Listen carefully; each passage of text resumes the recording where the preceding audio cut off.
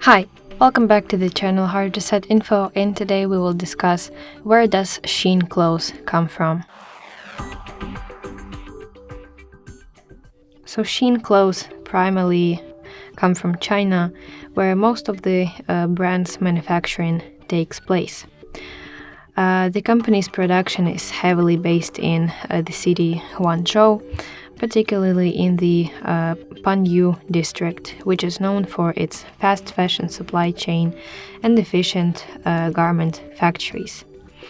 While Shein has started expanding to other regions like Turkey and Brazil to support quicker deliveries and localized production, the majority of its inventory is still made and shipped from China. Orders are processed at distribution hubs in China before being sent to warehouse or directly to customers worldwide.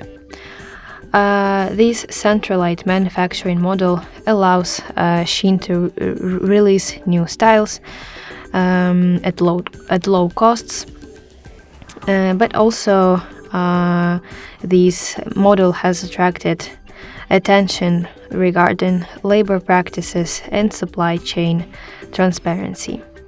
So that's basically it. I hope you find this video helpful. Please leave the thumbs up and consider subscribing to our channel.